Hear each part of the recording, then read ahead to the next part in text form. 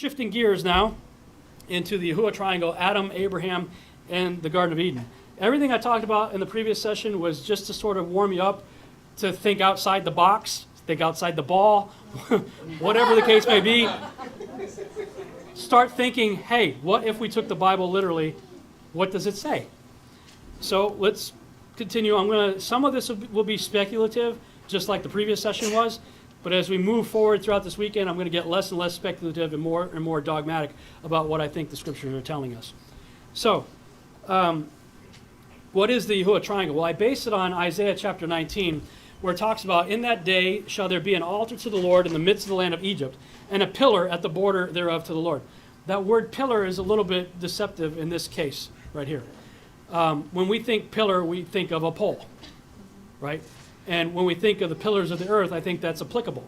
And I'm going to have to actually go back and see if it's the same word used there, because I've seen how English translations, I'm a big advocate for parallel Bibles for a reason. I grew up in a King James only environment. My Bible right here, my preferred study Bible is a King James Bible, but it's a parallel Bible. I'm a huge advocate for parallel Bibles because most of the time it's just subtle variations in the way the sentence is structured, and you're dropping the S's, riseth and whatever, is rises or something like that. But in some cases, you see major differences in the English translations. And that's why, for me, whenever I'm really studying, I got resources up like Bible.cc or Bible Gateway or some of these other resources where I can look at multiple English translations at the same time. Because when I see a major difference in a word, that means I'm going to have to go look at the Hebrew or the Aramaic or the Greek or what have you.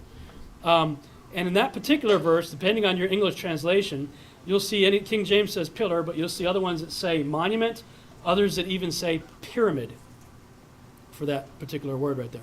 So that's one of those situations where I'm going, you got all these multiple English translations using different words for whatever that is going on right there.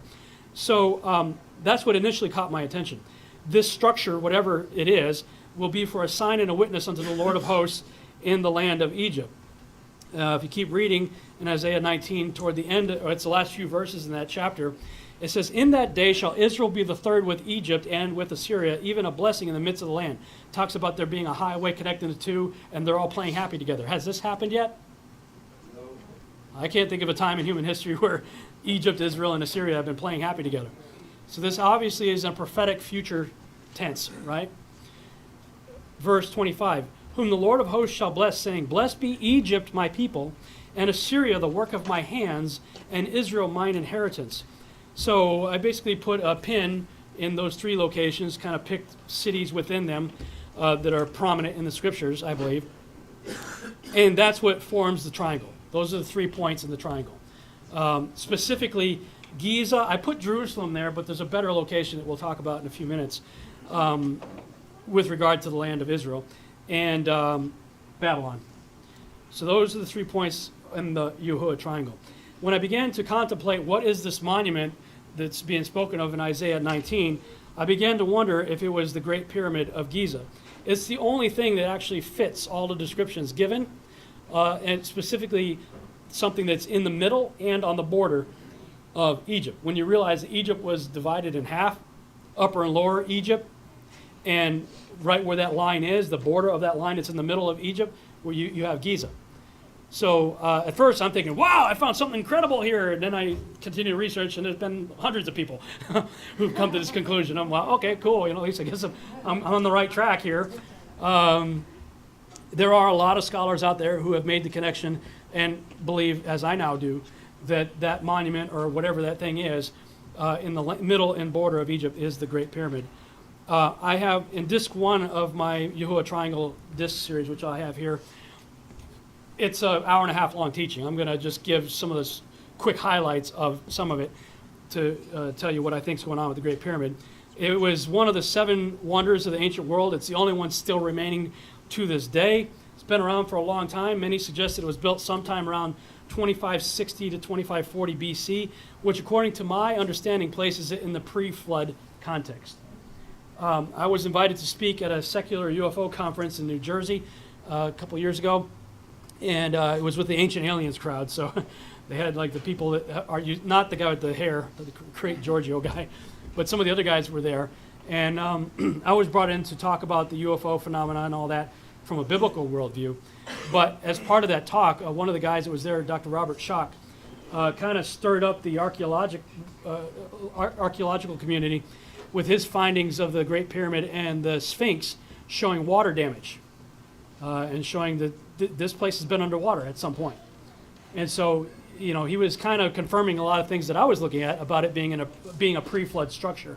So had some really cool conversations with him and the other speakers about some of this stuff. It is the only pyramid in Egypt containing both ascending and descending passageways. All the other ones have only descending passageways. This is a cutaway showing the inside of the Great Pyramid. Fascinating study as you really get into all those things. Although it's missing today, many believe it had a capstone of gold on top, but this is what really caught my attention. This is secular Egyptologists looking at this thing. They say that it originally had 144,000 highly polished casing stones. Interesting number, wouldn't you say? Yeah. In fact, if they were highly polished, it is believed that if you could go to the moon and look back at the earth when it's reflecting sunlight, that you could have seen the reflection of the Great Pyramid shining like a star on the earth. One of the original names for it was Ikhet, I think was the name, which means glorious light. Very shiny object. Who built the Great Pyramid? Of course, the Egyptologists will tell you it's the Great Pyramid built by Khufu. If you look at the evidence for why they say that, you would laugh. Basically, in the king's chamber, let me go back a couple of slides here. If you look at this picture here, you have the king's chamber right here, and you have these relieving chambers up above it, and like the structure that they say is built that way to keep all the weight from crushing everything down below it. But these are like open areas in here. Nobody was ever meant to get in there. Nobody was ever meant to see it. The only reason we know that it's up there is because archaeologists or grave robbers did dig a passageway up alongside of it, and they found openings up here. And way up in one of these relieving chambers that was never meant to be seen by anybody was a scribbled piece of graffiti that some wonder may have been put there when they did that. No proof. Nobody can prove that it was done at the time of the construction of the Great Pyramid. This showed a cartouche, which is one of those circular hieroglyphs that represented the name of Khufu, and the graffiti that was written beside it said the gang of Khufu, or the Khufu gang. That's all the evidence we have that was built by Khufu. To me, that's kind of like the evidence that was put forward for 9/11, when we were told that 3 buildings fell at free fall speed into a pile of ash after 2 planes hit, and the jet fuel that burns only about 1,800 degrees Fahrenheit melted the steel that melts at over 2,000 degrees Fahrenheit for burning for less than an hour. And these buildings fall into a pile of ash, and they find a passport that somehow survived the fire that melted the steel. And not only was it a passport, but it was the passport of the alleged box cutter toting terrorists that supposedly slammed those planes into buildings. Yeah, it's 98% we share with chimpanzees, right? People who think they came from monkeys come up with stupid stuff like that. Alex Jones said, what was this thing made of? What were the passports made of? Shards of Thor's hammer! You know how he gets all, shards of Thor's hammer! Whatever. But that's what convinced everybody that 9/11 was done by box cutter toting terrorists, was this paper passport that somehow survived the falling of the buildings due to jet fuel. Well, this is as absurd as that is to me. This idea that something that was, when you look at all the other structures in Egypt, the pharaohs and everybody are very proud of their stuff, aren't they? Hieroglyphs all over the place. This pharaoh did this, that, and the other thing, his whole life story and military career and, conquests and blah, blah, blah. All the other temples and stuff like that have writings and things all over them. But the most magnificent structure ever built and still standing on this earth today, whatever shape it is, the earth, there's no writings, no hieroglyphs, nothing. And the only writing they did find was way up in a relieving chamber that nobody was ever meant to see? I don't think so. When I was looking to see, okay, well, if he didn't build it, who did? I was reminded of a book I read a while back by Patrick Heron called The Nephilim and the Pyramid of the Apocalypse. He didn't buy the idea that maybe the pre-flood patriarchs built it. He believed that Nephilim built it, and it was built as a structure to honor Lucifer as a counterfeit of something in heaven. And I read through his argument and eventually had to disagree with him on that, with the exception of the possibility that the physical laborers that may have laid the rocks could have been Nephilim. But I don't agree with his premise on why it was built and to whom it was to honor. And the reason I don't is because he based his premise that it was Luciferian in origin on not only the Luciferian stuff that we see, like the eye in the back of your dollar bill and the pyramid and all that stuff, but also the so-called air shafts in the Great Pyramid that point to certain stars in constellations, Draco and Sirius and some of these other ones.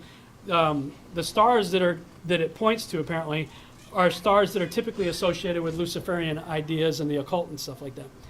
That is until you read books like The Gospel and the Stars by Joseph Seiss and The Witness of the Stars by E.W. Bullinger. When you read what these two gentlemen wrote, there's an original plan that God meant for the constellations, and it tells the gospel. It tells the whole plan of God in the constellations. And E.W. Bullinger divides up the 12 constellations and all that into, it's either I think it's 3 books with 4, it's 3 and 4 or 4 and 3, whatever the case may be. He divides them up into books, with each book representing a number of constellations, telling the whole story from one angle. The next book of constellations telling the story, just like the Gospels, Matthew, Mark, Luke, and John, tell the same story but from different perspectives. He say the constellations are telling them from different perspectives, but it's the whole plan of God. And now, where the Illuminati, the elite, the occultists will look at constellation like Orion and assign that to Nimrod and Osiris, the original meaning of Orion was the Redeemer, Yeshua. And so you see how the enemy basically counterfeited what the original intent was. I don't know that Patrick Heron, he has since passed away, I don't know that he ever read those books. I think if he would have read those books, he would have come to different conclusions. Because if the architect of the Great Pyramid is who I think it is, or the people that I think they were, then it's telling a whole different story. You can flip almost everything that Patrick Heron was saying and turn it around for a good story where he saw a bad story. But the idea that the stones themselves could have been laid by the Nephilim, I can buy that, because believe it or not, the Temple of Solomon was built by Nephilim. And if you don't believe me, open your Bible to 1 Kings chapter 9 and read who was conscripted to do the forced labor. It was the Amorites, the Hittites, Jebusites, all the same ites, and it even tells you these were the ones that Joshua and those guys failed to take out. They were conscripted as forced laborers. So these are the same people that are told, that the Israelites were told to utterly destroy over and over and over again, are the ones who built the Temple of Solomon. So I'm going, well, if they could be conscripted for that building, why couldn't they be conscripted for this building? You know, when you look through the synchronized biblically endorsed extra biblical text of Enoch, Joshua, and Jubilees, which I've compiled into one volume called Genesis in the synchronized biblically endorsed extra biblical text, you see that Enoch was shown a whole lot of things when he was taken up into heaven. And he was to write all these things down into books and to teach them to his son Methuselah. It says, according to that which appeared to me in the heavenly vision, and which I have known through the word of the holy angels, and have learnt from the heavenly tablets. I know a mystery, and have read the heavenly tablets, and have seen the holy books. He was shown a whole lot that he was to come back home, put down in writing, teach it to his son Methuselah, and these are all people who are of the house of Seth. Well, we have this text right here from Josephus in the Antiquities of the Jews. He's talking about the house of Seth. He says, they also were the inventors of that peculiar sort of wisdom which is concerned with the heavenly bodies and their order, and that their inventions might not be lost before they were sufficiently known. Upon Adam's prediction that the world was to be destroyed at one time by the force of fire, and at another time by the violence and quantity of water, they made 2 pillars. Again, that word can be monuments or whatever. The one of brick, the other of stone. They inscribed their discoveries on them both, that in case the pillar of brick should be destroyed by the flood, the pillar of stone might remain, and exhibit those discoveries to mankind. And also informed them that there was another pillar of brick erected by them. Now this remains in the land of Syria at Egypt to this day. That's the only thing that fits that description is the Great Pyramid. People who have studied it will show you that its various measurements and the various things there tell all about the earth and its place in the cosmos and things like that. Now, of course, myself and others have looked at that from the spinning heliocentric ball model, and there are a lot of very compelling things about the pyramid that would seem to indicate that. To my knowledge, nobody has decided to look at those measurements from the circular model, and I would be intrigued to find out what it would show if they did. So I'll just put it that way. When I originally did the teaching, all of my preconceived notions and findings were based on the ball, and so that's reflected in that video. But when you realize that Adam apparently had a vision of two destructions of the world, one by fire and one by water. And if the world was destroyed by fire, they had the brick and they had the stone. If by water, the brick one would get washed away and the stone would remain. Well, guess which one's remaining? Why? Because the world was destroyed by water, right? So, seems to fit. And looking at the pre-flood timeline, this is a chart that I've done in my Nephilim teachings and stuff like that, showing the initial incursion of angels in Genesis 6, 3550 BC and all that. Then, you have the watchers being judged, bound, and buried. We'll get to that in a later teaching. Right on the 3,000 year time period, and Enoch is raptured right just prior to 3000 BC, right around that time frame right there. So it would have been somewhere in here, probably around the same time as the Aztec calendar stone showed up, that Enoch would have come back after his judgment with the watchers and all that took place, and then instructed Methuselah, and then the house of Seth got together and built in my opinion, they were the ones that built the Great Pyramid, or were at least the overseers of the building of it. Possibly the stones were laid by Nephilim. The question is, okay, if that's true, then why was the Great Pyramid built at that specific location? Why Giza? Well, when I started to look into what various Egyptologists and other people who have looked into this thought about that location, I kept finding scholars referencing ideas that the ancient Egyptians had, that was the place from which creation began. That creation began on the Giza Plateau. This is a book Graham Hancock wrote, Heaven's Mirror Quest for the Lost Civilization. He talks about that. The creation of the world began at that location. It was known as an island. The Edfu tradition talks about that being the place creation of the earth was completed right there. So looking at the various traditions that people had regarding the Great Pyramid, specifically the people in Egypt themselves, the ancient Egyptians, I began to wonder, what if that's true? What if that is where the creation began? We see that it's one of three places important to God in the Yahuwah Triangle in Isaiah 19. So could that be, it's speculation, could that be that was the location from which Adam was pulled from the dust of the earth? Can't prove it, but there's a lot of interesting things that may point in that direction. The book of Hosea makes some interesting links with Egypt and creation, talking about Adam breaking the covenant, Hosea 6, 7, and talking about the northern kingdom, being caught in their sins and whatnot. It says that they will return to Egypt. Why? Because Israel has forgotten its maker. So as I continued to do the research, I kept finding this idea of origins, creation, things starting in Egypt. Possibly the creation itself, with Adam being pulled from the dust of the earth. We know that Israel was made into a nation, not in the land of Canaan.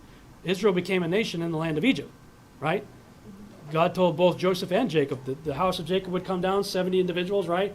And he would make a great nation out of them in Egypt. So that's this whole idea of new things sort of starting in Egypt. Speculation, I agree, but interesting nonetheless. Could the Great Pyramid be a model for the New Jerusalem? Now, when you look at the dimensions of the New Jerusalem, most of us probably have thought of it as a cube.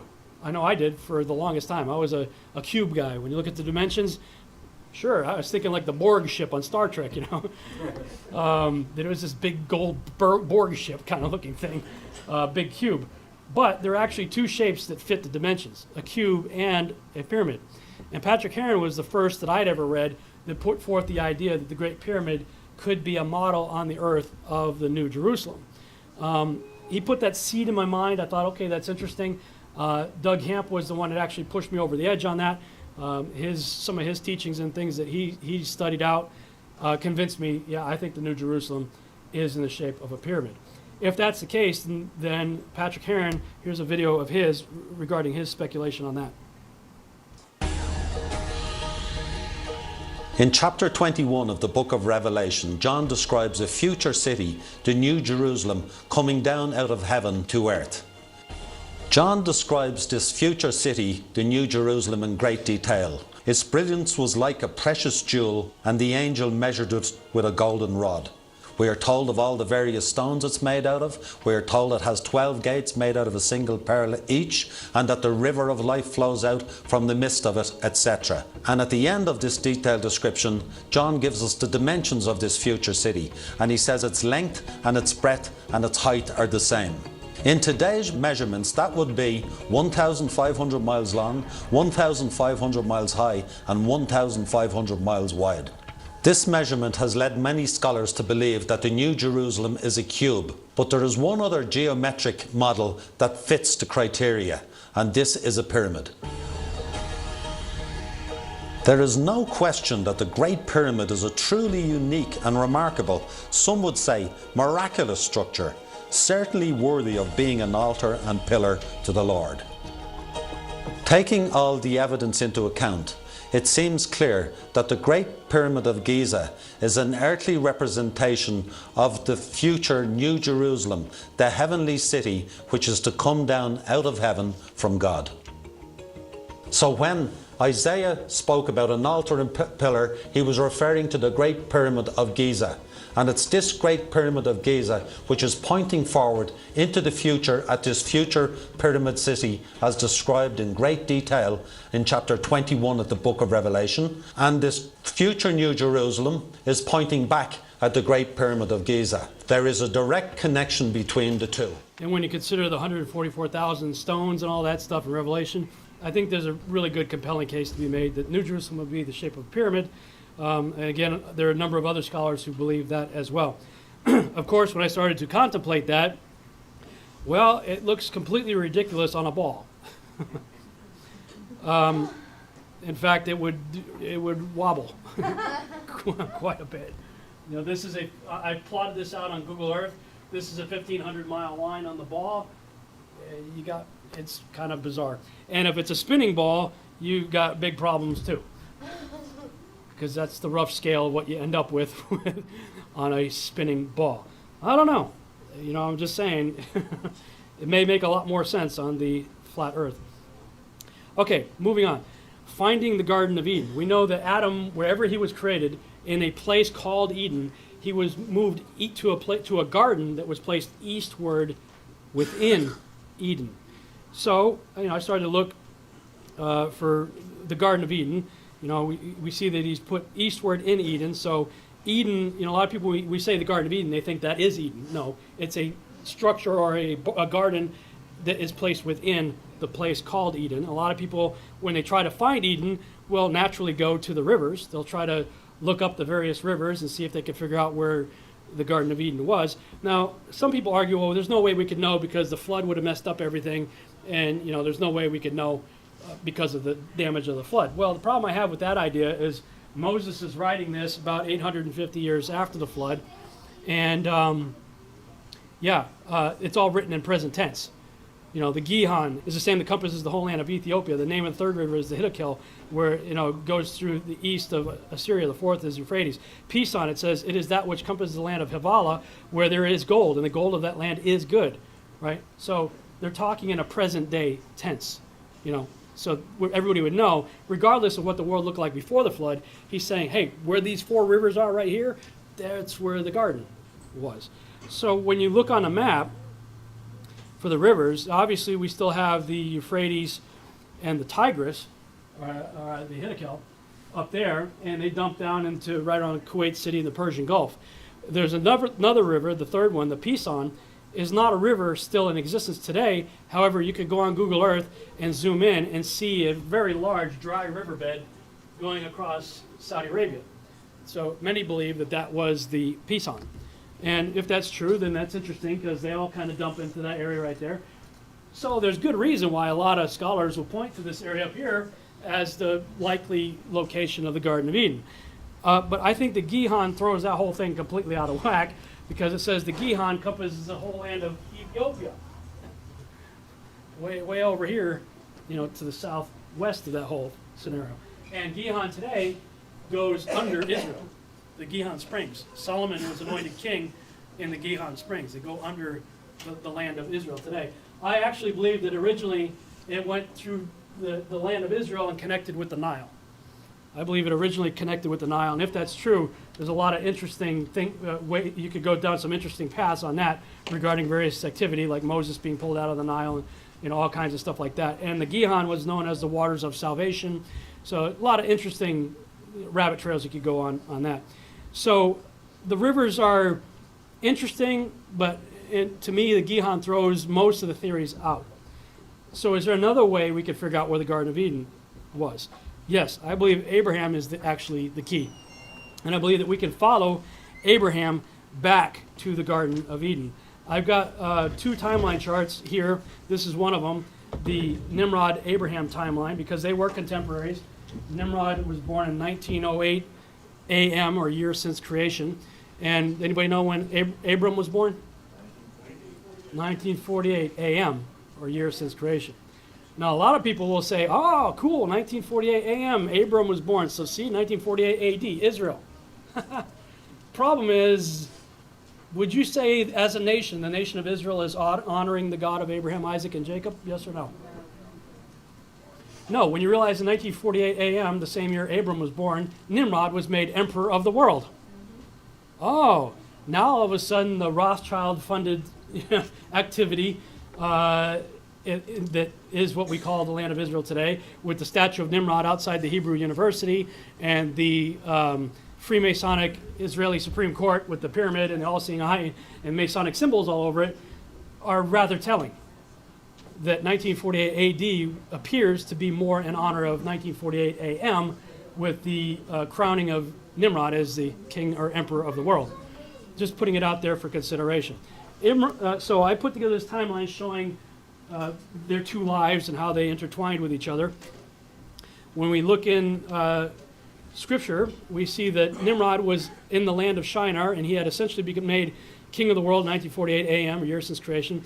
This was the same year Abram was born. In fact, Nimrod's evil kingship was a big part of the reason why Yahuwah called Abram out of Ur the Chaldees, just south of Babylon, in the first place. In Genesis 11, we see that Terah took Abram his son, and Lot, the son of Haran, his son's son, and Sarai, his daughter-in-law, his son Abram's wife, and they went forth with them from Ur the Chaldees to go to the land of Canaan, and they came to Haran and dwelt there. Why did they stop in Haran? Well, you realize that the patron god of Ur was a god named Sin. So that's rather interesting in our English understanding of things when we hear the word sin and we think of Abram being called out of sin. Well, his father was an idol worshiper. Terah was known for making idols. In fact, he was the chief idol maker for Nimrod. They ran into some trouble while they were with Nimrod. We see this is backed up also in Joshua 24:2, that Terah was among those who served other gods. Joshua tells you point blank, that he built all these gods and stuff. Well, when they ran into trouble with Nimrod, all he did is pick up shop and move to the next town, which was the other place that Sin was the capital, was the capital city for sin worship. You had Ur the Chaldees being one in the south and Haran in the north. Both were capital cities that worshipped Sin. So all Terah did was pack up shop from Ur, because he was having political problems, and moved up to another idol-worshiping place that worshipped the same God. But what do we see God telling Abram to do? Leave your father, get out of there, right, and take off. Anybody know the story of Abram and why God thought he was worthy of being chosen to be called out? What he did with his father's idols?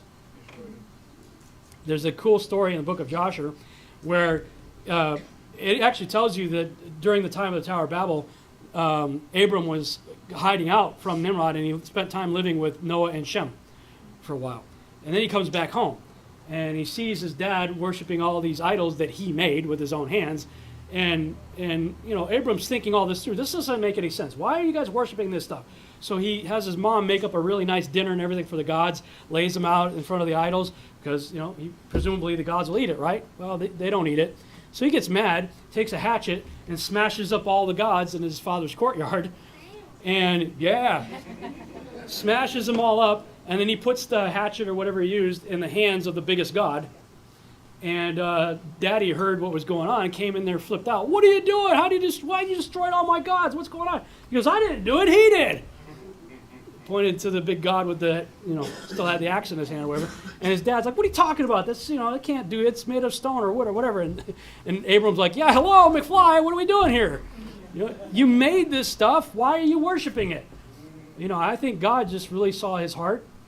That here's a man who's on a legitimate quest for truth, and he just wants to know who the real God is. He spent time with Noah and Shem, and had enough. And God said, hey, you know what? I can work with this guy, but you're going to have to leave your dad. So we see that he leaves the land of Haran and to go to Canaan. But basically God says, start walking and I'll stop you when you get there. He doesn't really tell him where to go. So when he passes through the land, he gets to the place of Shechem. That's where God stops him. God stops him in Shechem. I'm a visual person, so I love to put things down. I found this map somebody else had done on, I just did a Google search. This shows the path that Abram took when he was fleeing from Nimrod, going up through the valley there, stopping at Haran, coming down into the land of Canaan, and is stopped in Shechem. Why Shechem? Well, if you do a keyword search on Shechem through your Bible, you're going to find a lot of really cool stuff there. Not only did God stop Abram there and say, okay, take a look around, whatever you see, it's yours. This is promised land. Yay! It's the first plot of land owned by the house of Abraham, right? It was bought for 100 pieces of silver there. It's also where we see that Dinah was raped there by Shechem, the man for whom the city was named. The city Shechem was named after the individual who raped Dinah, and of course we know the story with Simeon and Levi there. When Joseph has the dream, right? They got him in trouble. He has the dream about everybody bowing down before him and all that. After that, his father sends him to go check up on his sons, right? His sons were supposed to be tending the father's sheep in Shechem. The word Shechem means diligence. Well, when he gets there, he finds out that his brothers aren't in Shechem diligently keeping the father's sheep. They went to Dothan. Well, the name Dothan means double sickness. So they went from the place of diligently keeping the father's sheep to the place of double sickness, where they would plot to try to kill their brother. Of course, they sold him into slavery, right? In the Genesis text, we see that he met a certain man there that told him, no, they went on to Dothan. But when you read Joshua, it tells you that certain man was the angel of the Lord. Who's that in the Old Testament? Yeshua. Many believe that Yeshua was showing up as the angel of the Lord in various places. So that's rather interesting, that story, when you think of it in that context. Of course, after the Exodus and 40 years wandering in the wilderness, the children of Israel crossed the Jordan. They were told to go to Shechem. This is where it gets really interesting.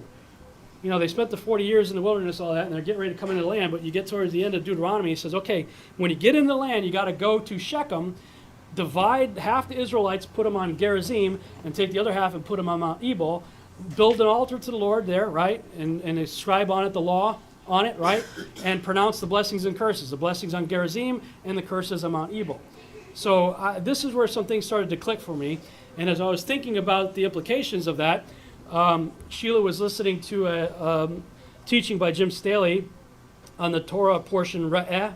I'm not sure if I'm pronouncing that right, R-E-E-H, to see. And I just so happened to hear the part that I'm going to play for you as I was walking by. She was in the kitchen. I just was walking out to go do something. I'm like, what did he just say? Hit rewind, play that again. Check this out. If you go to Deuteronomy chapter 27, it says this, Then Moses, and the elders of Israel charged the people, saying, Keep all the commandments which I command you today. So here it is. So it shall be on the day when you cross the Jordan into the land which the Lord God gives you that day, that you shall set up for yourself large stones and coat them with lime. And write on them all the words of this law, okay? And that word law is Torah, okay? Write on the words of this law, the Torah, which means instructions, when you cross over, so that you may enter the land which the Lord God gives you, a land flowing with milk and honey, as the Lord the God of your fathers promised you. So it shall be when you cross the Jordan, you shall set up on Mount Ebal these stones, as I'm commanding you today, and you shall coat them with lime. Mount Gerizim, Mount Ebal. Right there in the center is the city of ancient Shechem. Okay? This is a narrow passageway. And for the sake of time, I'm just going to tell you the story. What Yahweh said is, he said, I want you to go in, I want you to take the Ark of the Covenant, I want you to take half the tribes, and I want you to stand on, half of them on Mount Gerizim, and I want you to take the other half of the tribes, and I want you to stand on Mount Ebal. And he says, I want you to proclaim the blessings. While I'm proclaiming the blessings, I want everyone to look to Mount Gerizim, and when you proclaim the curses, I want everyone to look at Mount Ebal. Right in the middle between Mount Ebal and Mount Gerizim is a natural amphitheater. It's absolutely phenomenal. It's a natural amphitheater. It's a natural valley. It's kind of off in the distance where the horizon is there. And that's where they stood, right in the valley, so everybody could hear, all however many there were. A couple of million people. This is Joshua's altar. This was a spectacular, gorgeous altar. Right here between these two mountains is a derrick at Shechem where God's people were there, and on one side was the blessings, one side was the curses. He's using visuals to get his point across. Joshua builds an altar, uses natural stones. The limestone is put around it for a reason, because limestone is malleable. Limestone you can write on. You understand what I'm saying? It's a soft stone. You can only write on something that's soft. And he wants to write it on a heart of flesh, vellum, limestone.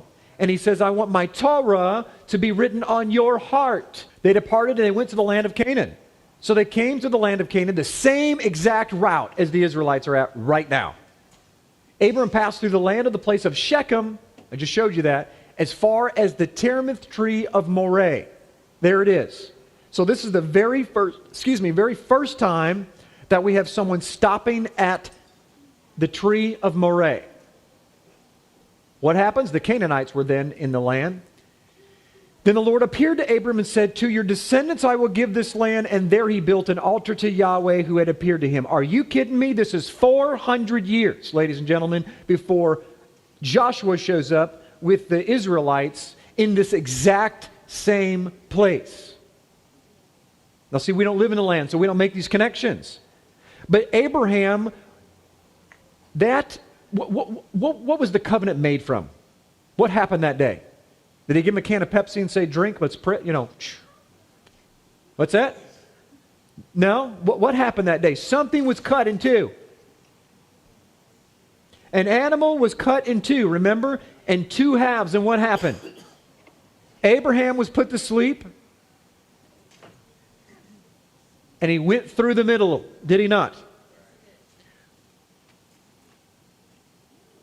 Right here, ladies and gentlemen. There's a reason that Mount Ebal and Mount Gerizim are standing the way that they are. Because they are standing as a witness. 400 years later, the altar that Abraham made and the picture. Why do you think that he had half the tribes go on one side and half the tribes go on the other? And the tabernacle, the temple, the Ark of the Covenant is right dead center in between. Because this is the exact place where Yahweh walked between the two halves. Now, I hadn't made that connection, but it filled in a piece of the puzzle of what I was already working on, because I had seen that in Psalms, Psalm 60, verse 6, and Psalm 108, 7, it says that God divided Shechem. Right? And if you look at Shechem on Google Earth, it looks like it was originally a mountain range that something went through it and maybe did a figure eight in the middle of it and carved it out in the shape of, something like this, where you have this natural amphitheater there. Now, he had taken it from Joshua and the Israelites are there, but 400 years prior, God had cut the covenant with Abraham there, and I had taken it a step further back than that. I believe that something else took place in the same location. But let's continue with some more bullet points first. The city, one of the city of refuge was in Shechem, Joshua 21:21. This is where Joshua gathered all the tribes and elders of Israel and made a covenant with the people at Shechem. The bones of Joseph, after the Exodus, were to be brought up and buried in Shechem. The conversation that Yeshua had with the Samaritan woman at the well took place. Many believe this is a commentary right here, saying that this was probably the same location where that happened. Well, there's another connection with Adam and Shechem in the book of Hosea. But like Adam, you broke my covenant and betrayed my trust. And he talks about people being murdered on the road to Shechem. Why are all these connections constantly going back to Shechem? It is my belief, after doing this research, that that location is ground zero in the Garden of Eden. That's where the two trees were. That Gerizim represents the location of where the tree of life was, and Ebal represents the location of where the tree of the knowledge of good and evil was. That's where the first covenant was broken. So God brought Abram there and said, okay, let's try it over again. When did first time he kill an animal? First time God killed an animal, when? Because of Adam and Eve, right? Right, so he killed an animal there and clothed them, didn't he? Yeah. Then when he cuts a covenant with Abraham, there's another animal, he walks through it, and you have the covenant of Abraham, and then you have Israel coming in as a nation from the land, says to stop in the same location, divide half, put the blessings on Gerizim, which would have been a blessing if Adam and Eve took of the tree of life first, right? But instead they took of the tree of knowledge of good and evil, didn't they? And they were cursed. So you put the curses on Mount Ebal. That's my belief. I think scriptures are telling us through a series of clues and breadcrumbs that that's why this location is very important to God. Now, if it is true that Adam was pulled from the Giza Plateau and placed eastward within Eden into a garden, I believe that Adam showed up probably in Jerusalem. I think that's where he ended up, and where Eve was pulled from him in Jerusalem. I think some of the things with the crucifixion and all kinds of stuff tied into that may give us the significance and importance of Jerusalem. But there's clearly some kind of significance going on with Shechem over and over and over again through the Bible. So I believe that, if they were placed in Jerusalem, they eventually made their way through the garden to Shechem, and that's where everything fell apart. That was ground zero. Is there evidence that the land we now call Israel, is there evidence that that is in fact the garden, other than what I've just said? Yeah, I believe there's a number of places that certainly seem to strongly insinuate, at least, that it is. When Abraham and Lot were traveling together and they were having problems, they had to split up, right? We see in Genesis 13, Lot lifted up his eyes and beheld the plain of Jordan. It was well watered and everywhere before the Lord destroyed Sodom and Gomorrah, even as the garden of the Lord. So there's a comparison right there. Joel chapter 2 talks about blowing a trumpet in Zion, right, sounding the alarm. And it says the land before them is as the Garden of Eden in Joel 2. We also see in the book of Ezekiel talking to the house of Israel. It says, I'll put my spirit in you and cause you to walk in my statutes. You shall keep my judgments and do them. And you shall dwell in the land that I gave to your fathers. And you shall be my people, and I will be your God. Is it the land of the Jews? Is it the land of Israel? Whose land is it? It's God's land. He gives them the privilege of living there, doesn't he? But it's his land. Right, and as you continue reading, this land was desolate, is now become like the Garden of Eden all over again. So I think these are some interesting connections. Also, Isaiah 51:3, the Lord will comfort Zion and will make her wilderness like Eden and her desert like the garden of the Lord. So I think a real good case can be made, and there's others who have put this connection together as well. As I was doing some research on this, I found somebody had created this graphic right here as the full borders of the land that was promised to Abraham. I have a problem with this one, though. You'll see that they're following the same logic that I went down, that the Gihon probably connected with the Nile at one time, and that the dry riverbed here that is probably the Pison, that's what gave them the green area right there that they're calling the total land that was promised to them. I would say it's probably more like something like this, because if it was the way it was just depicted, then you have them wandering in the promised land during the time of the Exodus. So I believe that you probably need to draw a line more straight across like that from Giza to the Persian Gulf. This is not the promised land and the land above it. Regardless, I think either the shorter part or the bigger part, that's the Garden of Eden. This is a good place to stop with this one. If you have any questions, we can do that for a few minutes. Any questions? Wow. They're still reeling on the flat earth, probably. All right. Cool. Well, if there's no questions. I have one question. Yeah. In the videos you did on this, you were kind of leaning towards the pyramid being like a guard, weren't you? Or No. Did you change? Or? No, I never thought that. Doug Hamp said that once in something, but I was like, no. No, I've always said that my impression of the Great Pyramid was that was a X marks the spot of creation of Adam. But that when I followed Abraham through the Shechem connection there, And when I heard that Abraham, the covenant with Abraham that Jim Staley was talking about may have been cut there, So you're saying like before, like when he created Adam, when it says he placed him in the garden, eastward in Eden. so you're thinking that's, okay. Yeah. Because what's interesting about the Great Pyramid is it's aligned true north. And so really if you align true north, then anything to the east would be eastward in Eden. We'll talk about in some of the other sessions, when they were booted out of the garden, it says they were sent to the east. So you have eastward, but then you have to the east. And if you go almost directly east from Shechem, you end up in Babylon. So, and I think there's a pattern.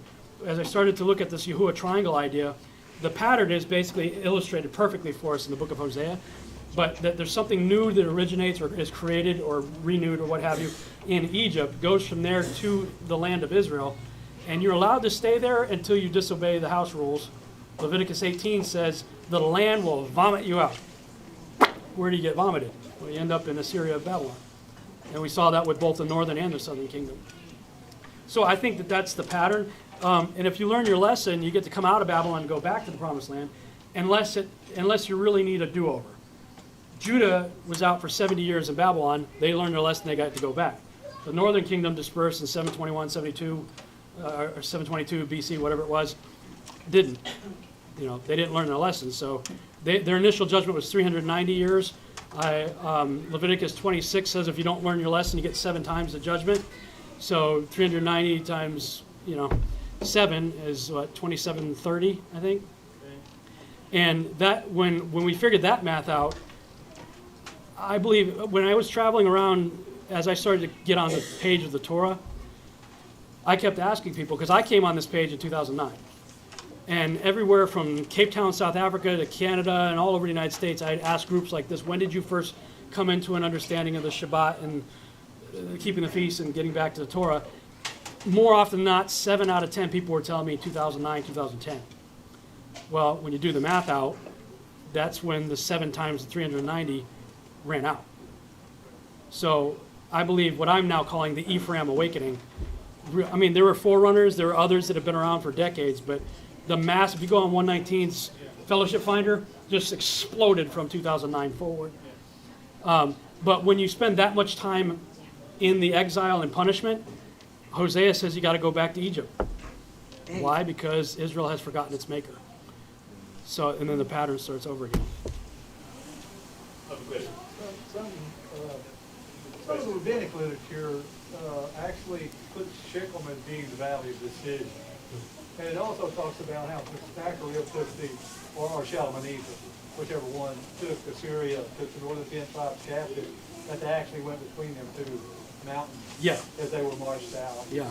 Supposedly. Yeah, if you heard what he's saying, that when the Assyrians came and took the northern kingdom, that they marched through that valley and took them out, which would be rather poetic if that's the case, because it's a reminder to the house of Israel, guys, I mean, come on. We spent half the tribes on one half, blessings and cursings. Why did you go the route of the cursing? And they were marched right out through the valley of decision, as you said. Yes, sir. You mentioned that there was a structure inside the Great Pyramid. Yeah, the King's Chamber. Okay, and you mentioned something to do with air shafts, etc., etc. And you also mentioned that it was pre-flood, Yes. pre-antediluvian. Correct. So, having taken in everything that you said, you're saying that it was a kind of, it was made by men. Why you say? I'm saying it was possibly the physical labor may have been. Okay. Are you suggesting, because Scripture says that, and there were giants in those days, but it doesn't really kind of speak too much. Are you suggesting that something survived, perhaps inside the pyramid? No. But that's the next session. The next session, it's a longer teaching that we're going to do after dinner. Is all about the pre- and post-flood Nephilim. So we'll save that for that one. But no, I don't believe anything was hiding out in the Great Pyramid or anything during the flood. You talk about what's in the sarcophagus? Or? The sarcophagus was empty. I know, but When, you well, speculate. I speculate because it says that Enoch wrote, I think, 360 books or something like that, and we only have Enoch 1. I don't talk about first or second or third Enoch. Those are Gnostic texts that I don't really give much credibility to. But, you know, we read in the ancient literature that he wrote 360 books, and it's speculation. But I believe that possibly that could have been the library that held all 360 books of Enoch. Would have been a great place to put them, you know, considering what was coming. So, I don't know, but it's always been empty. Kent Hovind points out that the inner dimensions of the sarcophagus, or well, not really a sarcophagus, but the coffer in the king's chamber, the inner dimensions of the coffer are the same as the exterior dimensions of the Ark of the Covenant. So another interesting, you know, piece of trivia. There's a documentary, I forget the name of it, on Netflix. They believe, there's a growing belief that the Great Pyramid may have been a big energy generator of some sort. That it was never meant to be a grave of anybody. You know, these are secular Egyptologists stuff looking at it, but they're saying it could have been a hydraulic energy creator of some sort. So interesting. Everybody's speculating at this point, though. Yes. If the Nephilim had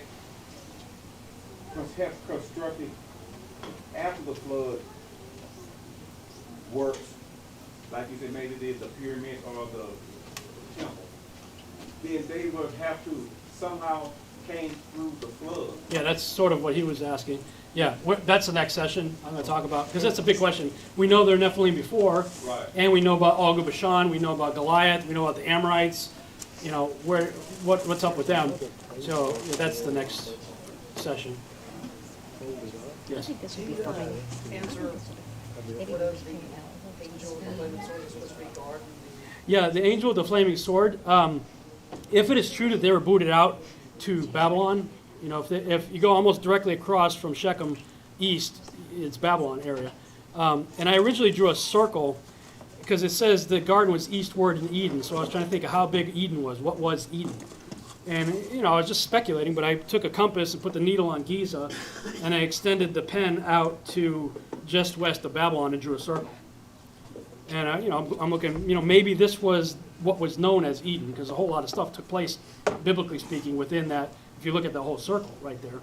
And it encompasses a lot. You know, you got Greece and Rome in that circle, part of, you know, going down into Ethiopia and going all the way out to just west of Babylon. And the reason I made the border west of Babylon is because if they were kicked out and they put a sentry guard to keep them from going back in, that might have been an interesting location for that to take place, which might explain why after the flood they went right back down the plains of Shinar to that location.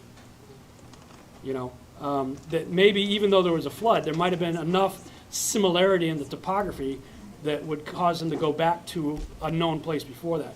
Many speculate and believe that Babylon was actually built on top, the Tower of Babel, I should say, was built on top of another structure that had been destroyed in the flood. So, you know, after all that's destroyed and, you know, the trees are either removed, taken to heaven, or just buried, whatever the case may be, once the trees were gone, there was no need to keep the lightsaber dude. You know. Yeah, he's got it in Tanzania. Yeah, Stan Daly is another researcher. He tries to make a really compelling case for Garden of Eden being in Tanzania.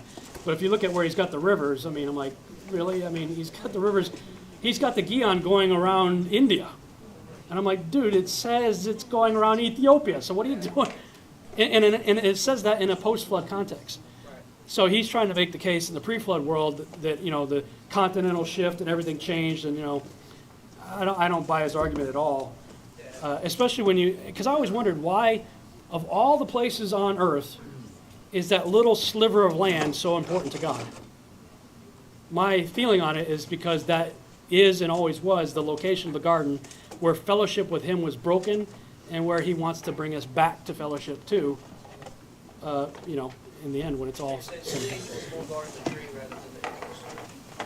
Yeah, I suspect that they would, you know, it would have been an interesting thing to see, and I would suspect that people would, you know, especially if they knew in later generations, wicked later generations at that there was a tree of life there, that they could live forever.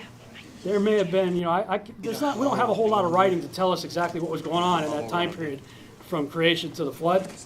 But I think it's spectacular. I mean, when anything you've ever thought of like Atlantis or, you know, I think the pre-flood world was probably more sophisticated than we are. But they were doing things without all the technology that we have to rely on. They were just doing it. You know, so I would suspect they're probably Nephilim and others trying to make their way back in to get a chomp a bite off the tree of life. Good. On that last graphic you had where you chopped off the bottom portion, you just made a straight line across. Yeah. How many miles is that across there? Have you? You know, I haven't. I do have another graphic. I didn't put it in this slide though, showing the footprint of the New Jerusalem. And yeah, wait, I'll have to see if I can pull that up. It's pretty cool because that slide, I mean that the footprint of the New Jerusalem, if it was placed right over the center of the that circle, you know, the circle I made with the pinhole in Giza, if you put the center of the square base right over the circle, it fit perfectly. And I didn't plan that. I created that circle in 2009 because I just felt like that's what the Lord was showing me. And then in 2014, when I put this whole teaching together, I thought, I wonder what that would look like, you know, if I put the base down on it. And when I put the base down on it, it fit perfect within the circle. So I was like, wow. But it excludes Babylon. When you take the center of the square, instead of putting it over Giza and slide it over Jerusalem, take the New Jerusalem, put it over Jerusalem, it includes Babylon. Well, that's what you get in Isaiah 19. Blessed be Egypt, my people, Assyria, the work of my hands, and Israel, mine inheritance. So I'd have to see if I could find that picture to show you that. But Also, you mentioned earlier about the word pillar in Isaiah. right. I looked it up. It's a different word than the one that's used in pillar. I thought and speculated that it would be because of the way it's, you know, pillar is pretty consistently translated pillar when it's regard to pillars of the earth. In fact, it's always, as far as I can tell, used that way. But that other one, man, you get pyramid, you get monument, you know, you get lots of different things. So it had to be a different word. Thank you for the confirmation on that. I was gonna say, I thought before when I was watching your video on this, you were kind of going down a direction of what was in that sort of complicated books that Enoch supposedly written. If during the time of the 1700s or around that time frame, that was raided and taken away so that when science eventually got in there to figure it out, it's empty. Now you have an amazing boom in technological advancements that occurs starting around the 1700s up until now. Where Exactly right. They've gotten a hold of that information and they can do it. I mean, it seemed like you were kind of going down that road.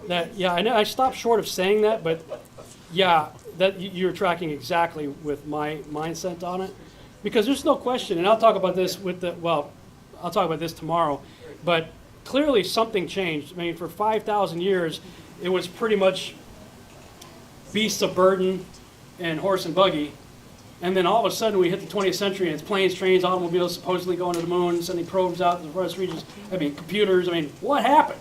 Something major changed. Yeah, well, I mean, when you look at, a lot of the things we're doing today are things the book of Enoch says were taught to men by the Watchers. Right.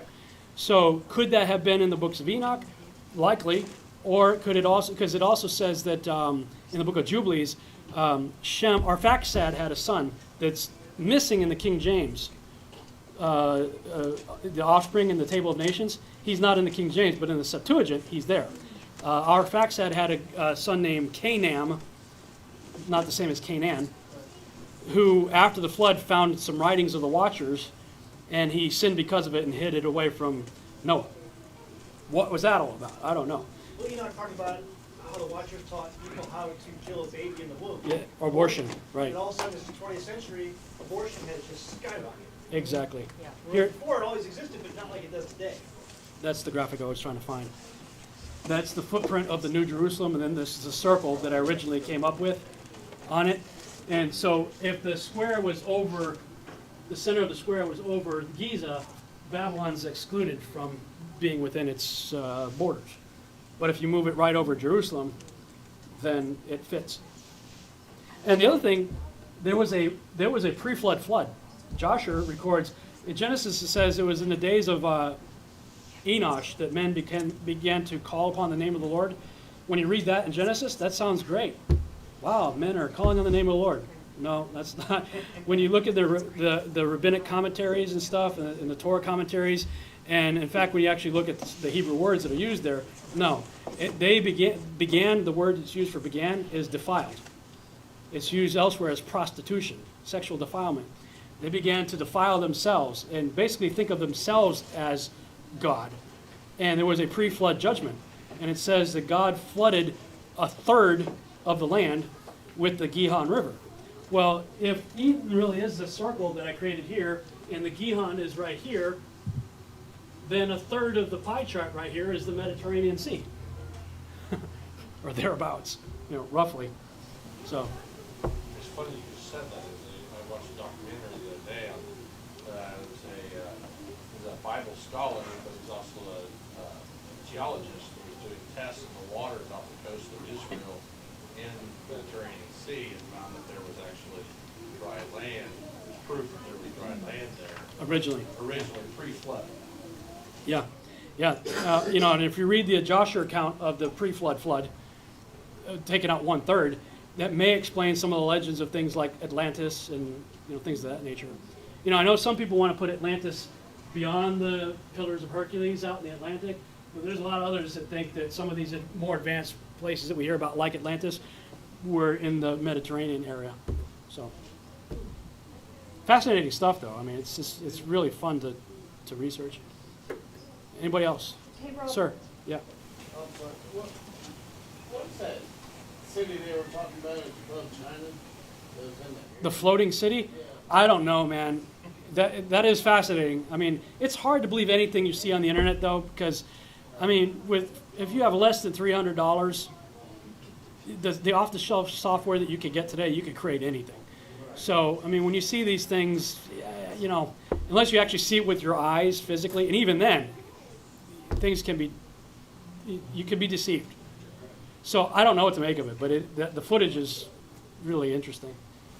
I had a question. You had reference there, and I'm not sure where the quote came from. I think it was from Josephus regarding the Pyramid of Giza. Yeah. And it had the two stones, and Pillar, I think it ran across this, one of brick and one of stone. Right. Did the Pyramid of Giza have any inscriptions on it? Well, that's a good question.